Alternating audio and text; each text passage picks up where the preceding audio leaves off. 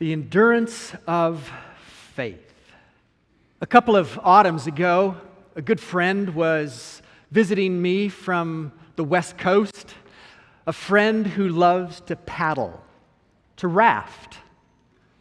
I was living in Asheville at the time, and so a group of us who lived in western North Carolina took a day off and hosted our good friend from the West Coast, and we went rafting on the Chattooga River. Section 4 of the Chattooga River. Anybody been on Section 4 of the Chattooga River?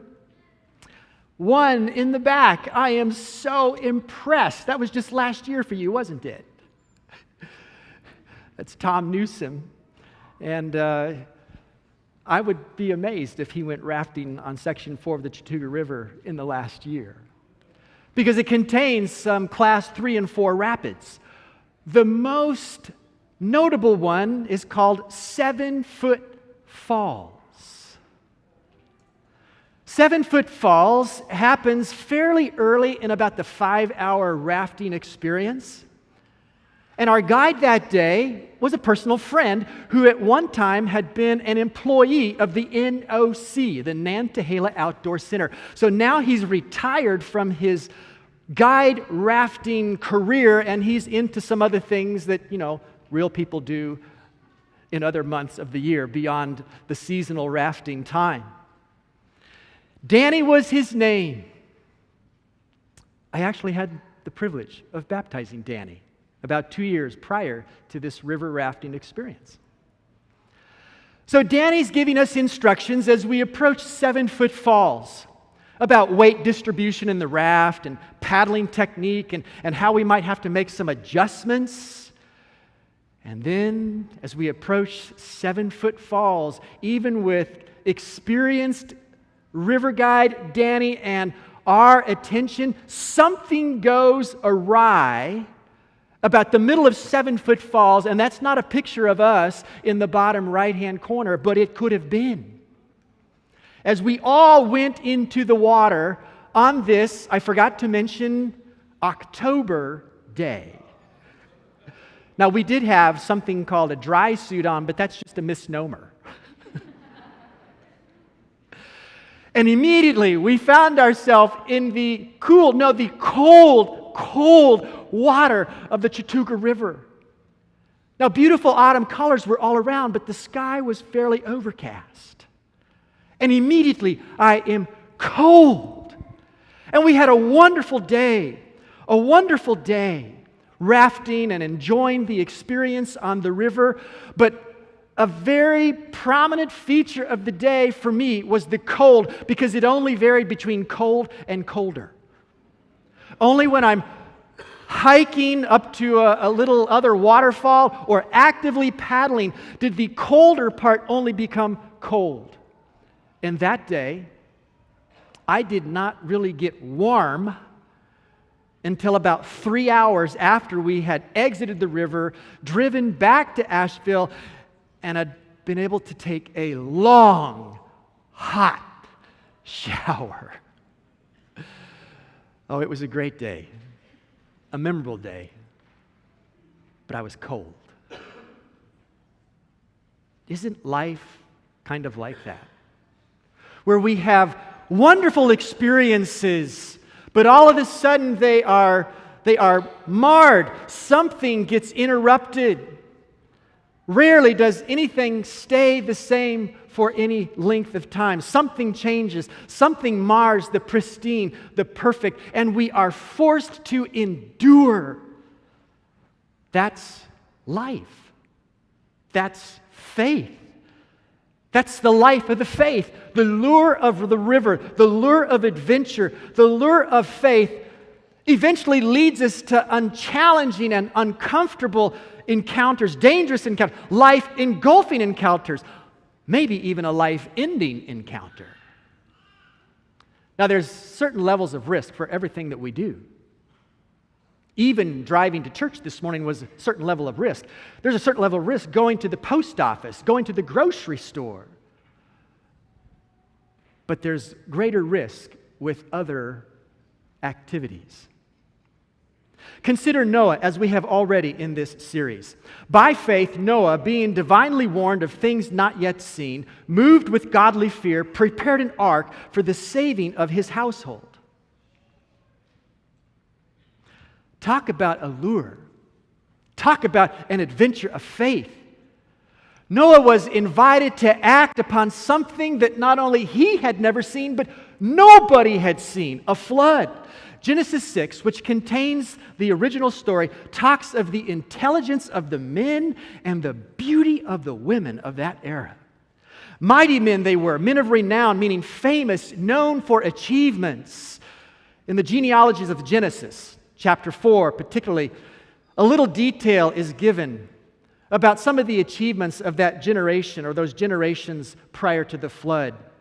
They had skill in building and what we would now call farming and ranching, skill in working with metal, and musical skill. What gives recognition today? Most likely what gives recognition today is what gave recognition in that era as well. Physical ability, intellectual depth, musical skill, creative genius, art, design, engineering, and building. Inventive capabilities. These are generally what lead to recognition in the larger culture. And this is looking back into that era from the window of today. But as the Bible says, there's nothing new under the sun. Amidst the intelligence and the beauty, the earth, however, was filled with violence. Thinking and action were corrupt. The Lord saw the wickedness of man, that it was great in the earth, and that every intent of his thought, of his heart, was only evil continually. Noah and his wife did not participate in the wickedness and the evil of the culture. Neither did his sons or his daughters-in-law. But moved with godly fear, Noah is lured into the idea, because that's all it is. It's an idea of the promise, the warning of this coming flood. Moved with godly fear, Noah begins to think to himself, God has called me to be the spokesperson. God has called me to be the announcer of his warning and his rescue, the building of an ark. This is exciting. People will think in a new way. Conviction will impress the conscience. Hearts will turn. In the end, no, it didn't happen. Noah and his family endured year after year, decade after decade, and then day after day after they had entered the ark, until the sky released water from the clouds and the fountains beneath burst upward, and the flood came, as Jesus said, and took them all away. Noah and his family away in a boat, and the rest simply away. But the lure of being God's messenger, of warning and rescue, of being a person, a family who can make a difference in the life of others, that's exciting, that's faith. But that lure turns into, am I crazy? Because nobody believes this. Nobody believes this. They think I'm crazy, deluded. And maybe I am. Abram, whom we know better by the name of Abraham, but initially his name was Abram. About 24 years after he had received his call from God, Abram receives the name change from Abram to Abraham. Genesis 17:5. No longer shall your name be called Abram, but your name shall be called Abraham, for I have made you a father of many nations. Abram means exalted father, and Abraham means father of many or father of a multitude. 24 years prior to this conversation between God and Abram, God calls and he promises Abram that he's going to make of him a great nation, that he's going to make his name great, and through him, he will be a blessing to all the families of the earth. That's exciting. What a lure. What an adventure. But just imagine now the conversations that Abram had with the local residents of the land of Canaan. Just imagine. Abram's your name. Yes. What does it mean? Exalted father. Exalted father. How many children do you have? I don't have any children. Don't have any children. But your name is Exalted Father. You have a beautiful wife. Is there a problem? You and your wife don't get along. Is there something wrong? Think of the conversations that Abram had in Egypt when Abram lies about Sarai. Your name is Abram, Exalted Father, and you're not even married? This is your sister? And yet you're Exalted Father? Yes, God told me I'm an exalted father. Can you imagine some of the struggles internally that Abram begins to have? Am I crazy? Have I lost my mind? It gets crazier. Your name shall no longer be Abram, but Abraham, father of many. And at this time, actually, he is the father of one. He's the father of Ishmael, but not many. Now, God underscores the promise in the face of a reality that says the promise is impossible. I will make you exceedingly fruitful, and I will make nations of you, and kings shall come from you. Hebrews 11 looks back on Abraham being 99 and refers to him as one who was good as dead in the aspect of reproductive capability. But then God kind of ramps it up a little bit. God instructs Abraham to circumcise himself at 99 years of age when he is already as good as dead. Are you literally putting the knife in me, God, and making me squirm a little? Do you think that Abraham had a legitimate reason to think that he was crazy? A life of faith is not easy. It's not for the faint of heart. It might be, it could be much easier to just live for today. Live for this week, this month. Just go with the flow rather than to be continually, mentally, emotionally living in the light of God's callings and His promises. Callings and promises that contain no evidence of any reality today. Faith tests. Faith requires endurance. Sooner or later, faith will lead you to some 7-foot falls, and it will be cold, and you will shake.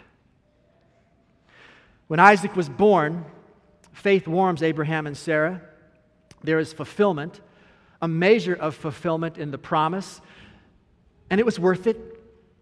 Those 25 years of risk and obedience that wavered at times, those 25 years of wondering, of raised eyebrows, of argument and tension, Sarah and Abraham over Hagar and her son, those 25 years of endurance were worth it. And they could laugh again, literally, with Isaac, their new son of promise. Faith was worth it. Endurance was worth it.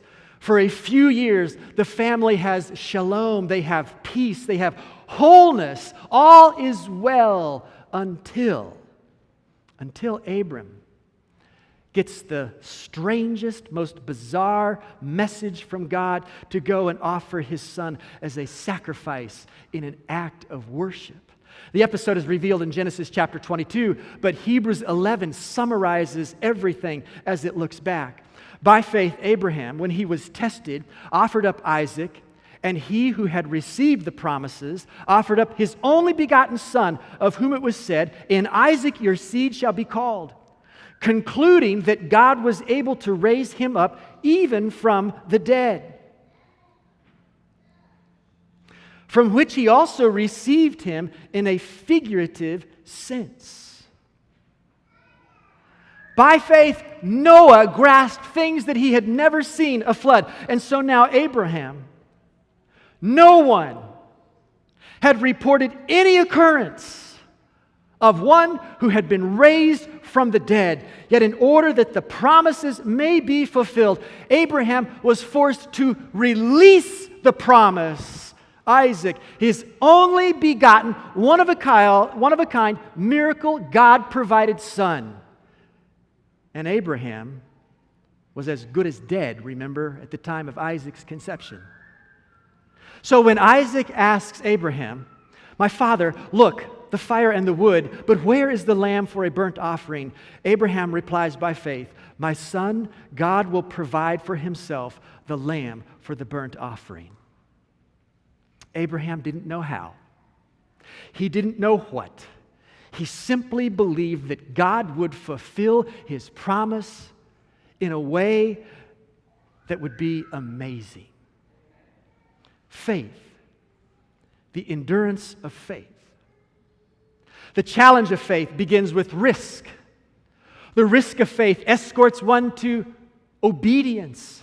And obedience, in some manner, at some point, will require endurance. In all of this, God is pleased because risk followed by obedience, sustained with endurance, is the path, the experience that binds a heart to his heart. When Abraham was atop the mountain with Isaac laying on the altar, his hand raised above his head, about to do what he did not understand, God calls out to him, "Abraham, Abraham, here I am. Do not lay your hand on the lad or do any harm to him. For I know that you fear God, since you have not withheld your son, your only son, from me. Now I know." And in reality, though, Abraham, you know that you are completely, unreservedly trusting in me, entirely dependent upon me, totally bonded to me, because you have not withheld your only son from me. Is this not a pre-echo of what the apostle would write millennia later in the letter to the Romans? "He who did not spare his own son, but delivered him up for us all, how shall he not with him also freely give us all things?" And so I ask the question, who endured more? Abraham or God? Who endures more? You or God? Many are familiar with the plight of Saeed Abedini, an Iranian-American Christian pastor, an American citizen, imprisoned in Iran. He has been in prison since September of 2012, and in January 2013, he was sentenced to an 8-year prison sentence, reportedly on charges of undermining the national security of Iran through his pastoral ministry. Tuesday of this week, just 5 days ago, a heavily armed contingent of Iranian guards stormed a private hospital in Tehran, where Abedini had previously been taken because his physical condition had deteriorated so badly while he was in prison. The guards came for one purpose, and that was to forcibly remove Abedini from his hospital bed and take him back to prison. The Iranian guards did not just take Pastor Abedini out of the hospital into custody. No, they beat him until he became unconscious. So severely did they beat him that he passed out. And these details are believed to be credible because his parents were there as eyewitnesses watching it happen.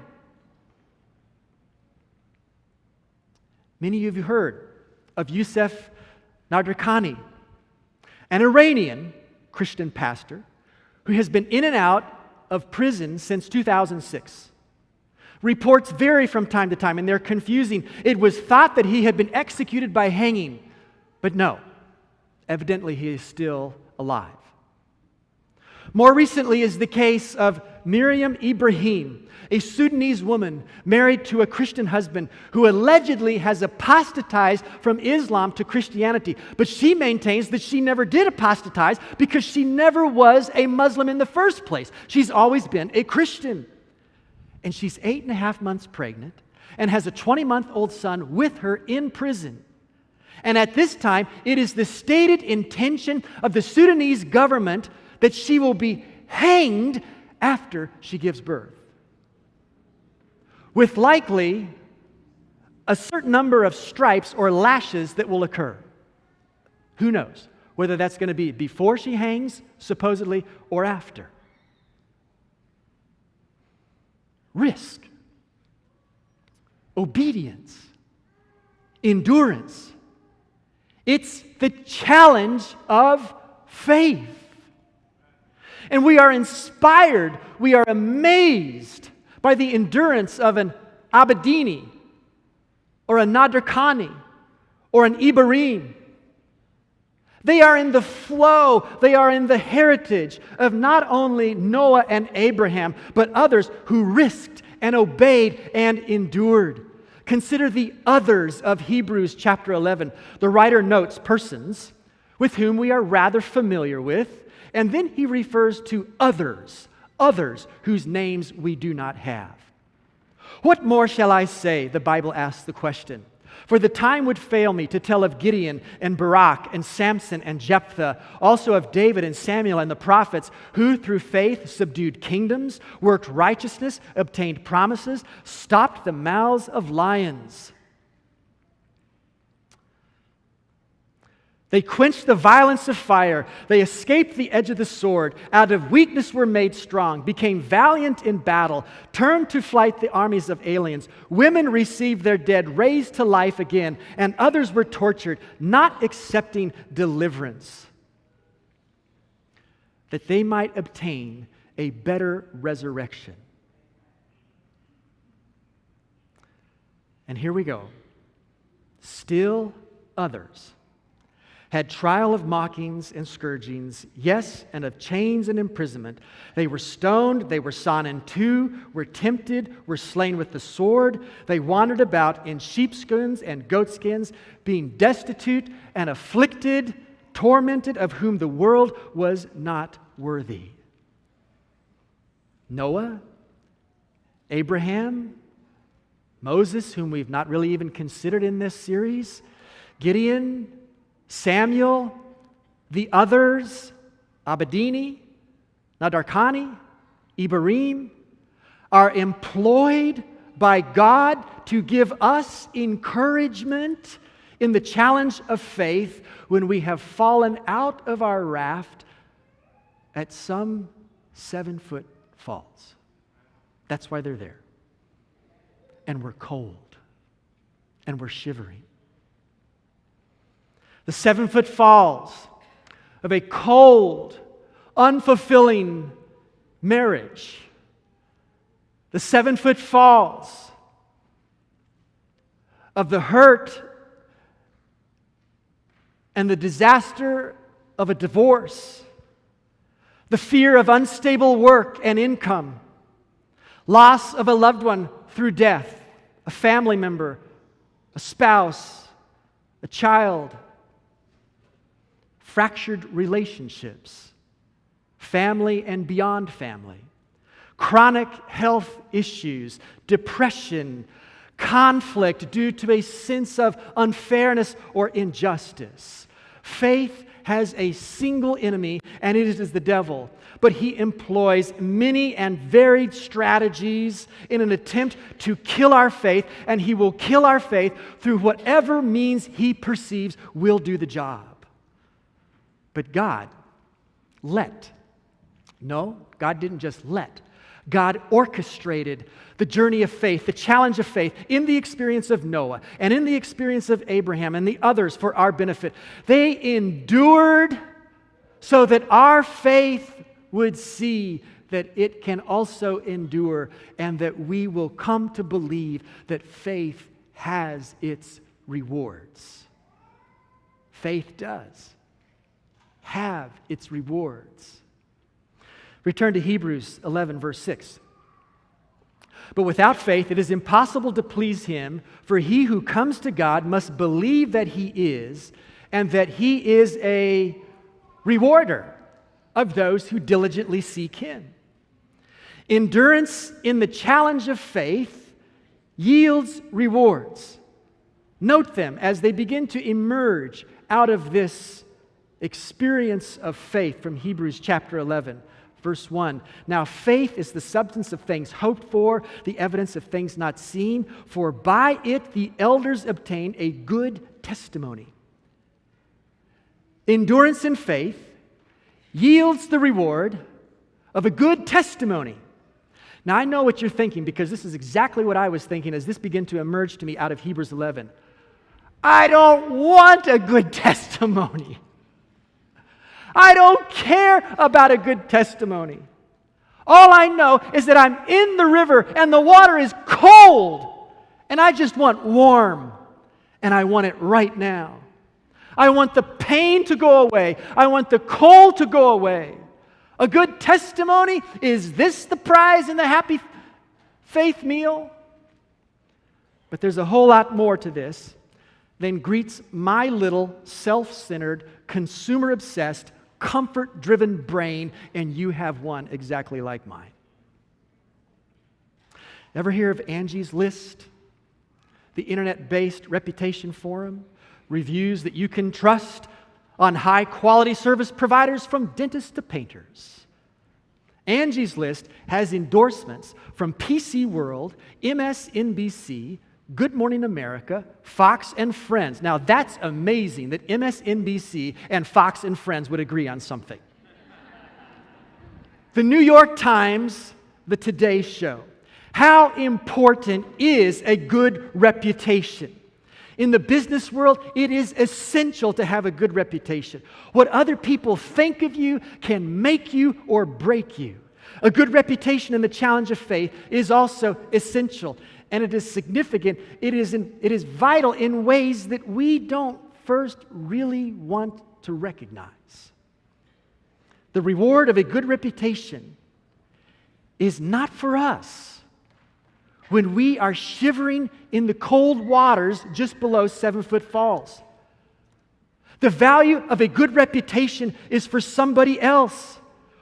What I do or don't do, my faith or lack of faith, as it connects with a good reputation, is not about me. It's not about my comfort. It's about my influence and your influence, your faith or lack of it on somebody else.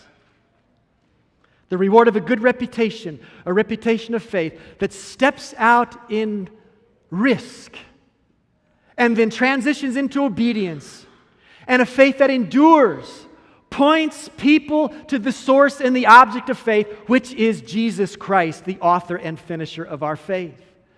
People see my faith. People observe your faith. And it is my faith, it is your faith that points them to Jesus.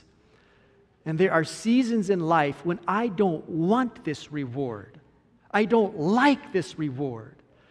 Did Noah like the experience of achieving a good reputation when he was building the ark, say in the year of 118, 119 in the 120-year span? No. I doubt that he felt really good about that at that time. Here's the second reward that emerges from Hebrews chapter 11. Of Abraham specifically, and of others it is implied, but Hebrews 11 states this: God is not ashamed to be called their God, for He has prepared a city for them. The reward of faith is residency in the city of God. I'm not there yet. You're not there yet. Abraham is not there yet. But such is the reward of faith. It is residency in the city of God. The reward is future. Our challenge is to, by faith, focus on the value of being a resident in that city. Have you heard of the Stanford Marshmallow Experiment? Anybody? The Stanford Marshmallow Experience by psychologist Walter Mischel. It was about delayed gratification. A marshmallow is offered to a child, and then the tester leaves the room. The instructions are given. If you wait, I forget the amount of time was involved, but if you wait, say, 5 minutes and do not eat the marshmallow, when I come back, you'll get 2. So the experiment is about delayed gratification. Findings reveal that children who delayed gratification in this situation later in life performed better in school, achieved higher scores on their SAT tests, and experienced greater stability and success as adults. The reward of the future versus the reward of right now. What shall I go for? Shall I go for something right now? Or shall I delay what I want now in order to get something even better later? The Stanford Marshmallow Experiment. 1 marshmallow now, or 2 later if I wait. The reward of faith is residency in the city of God. But who cares? Because we live in a culture that bombards us incessantly with hit me now, pleasure me now, satisfy me now, you deserve it now, you need it now, you want it now. Those are the voices that we have coming at us 24/7. But the reward of faith is not now, it's later. It's residency in the city of God. Hebrews 11 points us to one who got this clearly in focus. By faith, Moses, when he became of age, refused to be called the son of Pharaoh's daughter, choosing rather to suffer affliction with the people of God than to enjoy the passing pleasures of sin, esteeming the reproach of Christ greater reward than the treasures of Egypt, for he looked for the reward. What do you really want? You want 1 marshmallow now? Or do you want a truckload later? Faith. The challenge of faith. Risk, obedience, endurance. A good reputation for the benefit of others. Residency in the city of God. And thirdly, receiving God's holiness. The journey of faith, the challenge of faith, as we have seen in Hebrews 11, continues into chapter 12. Remember, in the original, there's no numbers. There's no chapter divisions. There's no verse identifications. Everything just keeps running. All of the characters and experiences recalled in chapter 11 serve as a setup for the invite, the application that we find in chapter 12. Therefore, we also, since we are surrounded by so great a cloud of witnesses, let us lay aside every weight and the sin which so easily ensnares us, and let us run with endurance the race that is set before us, looking unto Jesus, the author and finisher of our faith, who for the joy that was set before him endured the cross, despising the shame, and has sat down at the right hand of the throne of God. And what follows then in chapter 12 is the experience of endurance. Through life experiences, God oversees a process of maturing, correcting, growing, disciplining, or chastening, as the Bible refers to it, in the life of faith. We jump now to verse 7 of Hebrews chapter 12. If you endure chastening, God deals with you as sons. For what son is there whom a father does not chasten? But if you are without chastening, of which all have become partakers, then you are illegitimate and not sons. Furthermore, we have had human fathers who corrected us, and we paid them respect. Shall we not much more readily be in subjection to the Father of spirits and live? For they indeed for a few days chastened us as seemed best to them. But he for our profit, and here it is, that we may become partakers of his holiness. Now, no chastening seems to be joyful for the present, but painful. Nevertheless, afterward it yields the peaceable fruit of righteousness to those who have been trained by it. The reward of faith includes our restoration into the likeness, the holiness of God. That we will think, and that we will value, and that we will do life in a way that resembles the manner in which God thinks and does life in the universe. Faith. The challenge of faith. Risk, obedience, and endurance results in the rewards. A good reputation for the benefit of others, residency in the city of God, and receiving God's holiness. And actually, that one is here and now. Some of you are about to go over a 7-foot falls. Others of you, maybe you're kind of in the middle of a 7-foot falls right now, and you're going, whoa, I'm going out of the boat. And then others of you, and I know some of you, you're in the water right now, and it's cold, and you are shivering. Keep paddling. Keep running.